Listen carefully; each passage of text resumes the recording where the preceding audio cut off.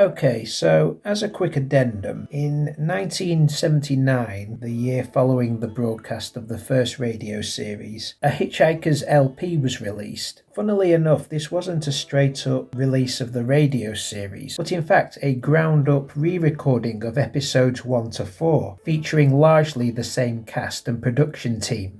This is only of slight note because, aside from one or two dialogue amendments by Adams, this double vinyl LP sticks largely close to the events, production values and tone of the original radio broadcast.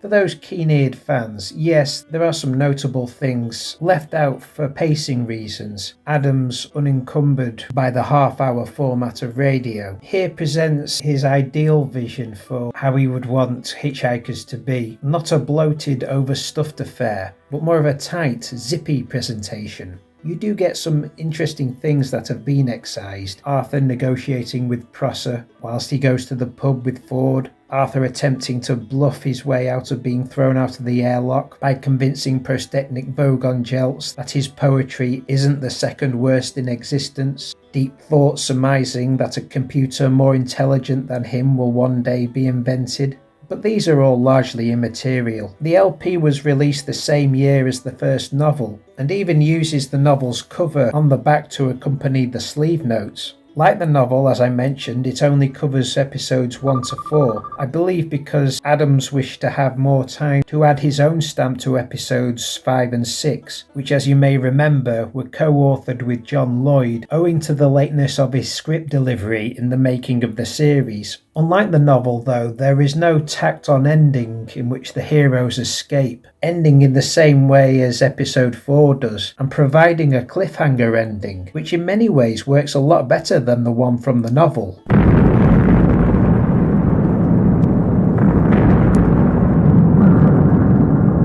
It is, of course, more or less at this misleading point that this part of our story ends.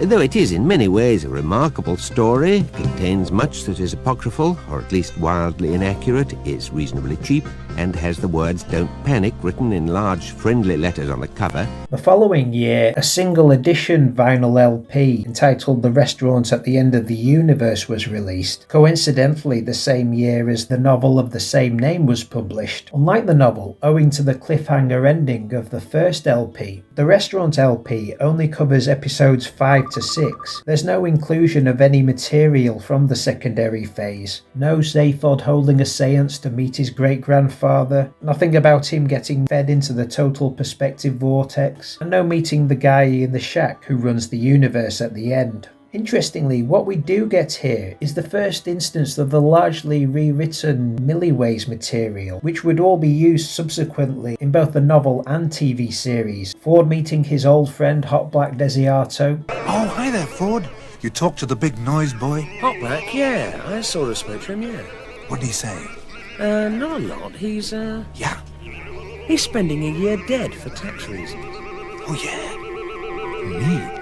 The history of his band, Disaster Area. The Hitchhiker's Guide to the Galaxy notes that Disaster Area, a plutonium rock band from the Gagrakaka mine zones, is generally held to be not only the loudest rock band in the galaxy, but in fact the loudest noise of any kind at all.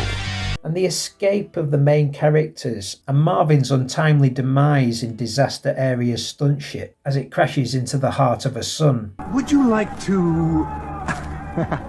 lay down my life selflessly for you? Make the ultimate sacrifice?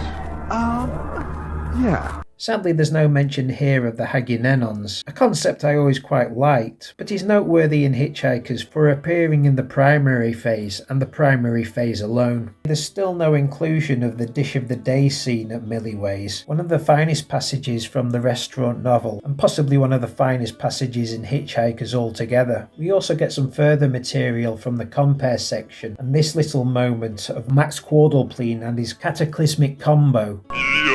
Glistening scales of green,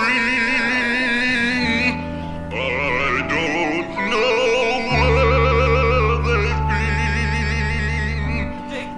You might have laid a tree, but I don't care. there, Ford. You talked to the big noise boy? Yeah, funnily enough, this is one joke that didn't appear in any other version. There's one or two interesting bits of recasting here. Possibly most noteworthy is Cindy Oswin, replacing Susan Sheridan as Trillian. What on earth are you doing here? Same as you, I hitched a lift. After all, with a degree in maths and another in astrophysics, it was either that or the dole queue again on Monday, wasn't it? Stephen Moore, the man of 1,000 voices, adds a few more to his resume here, most notably as the barman. Gonna watch the match this afternoon, sir? No, no point. Foregone conclusion that, you reckon, sir? Arsenal without a chance? No, it's just that the world's going to end. Oh, yes, sir, you said. Lucky escape for Arsenal if it did. No, not really. Adams himself can even be heard making the PA announcement on Magrathea. Emergency, emergency, hostile ship has landed on planet. Intruders now within works reception area. Defense station, defense station. What is it now? Bats dudes, it'll be galactic police. We gotta go whoosh. One of the main stumbling blocks apparently over the years about packaging the primary phase as something that can be sold to the public is the abundance of copyrighted music used throughout. Here it's largely excised. There's no Louis Armstrong at the end, which as a piece of music is largely synonymous for me with the prehistoric Earth section. Where did you read that? A book. Which book was that? The Hitchhiker's Guide to the Galaxy. Oh, that thing.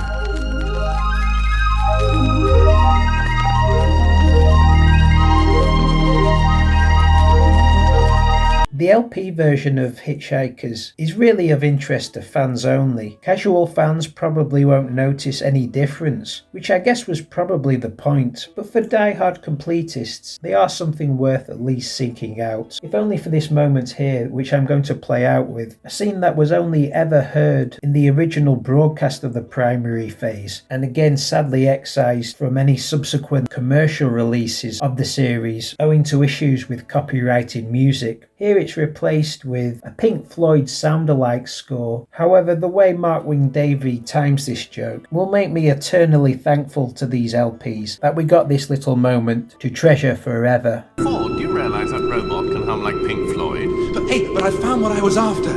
A passageway leading down into the interior of the planet. Yeah? And that's where we have to go. Where no organic life form has trod these 5 million years into the very depths of time itself. Can it, Marvin?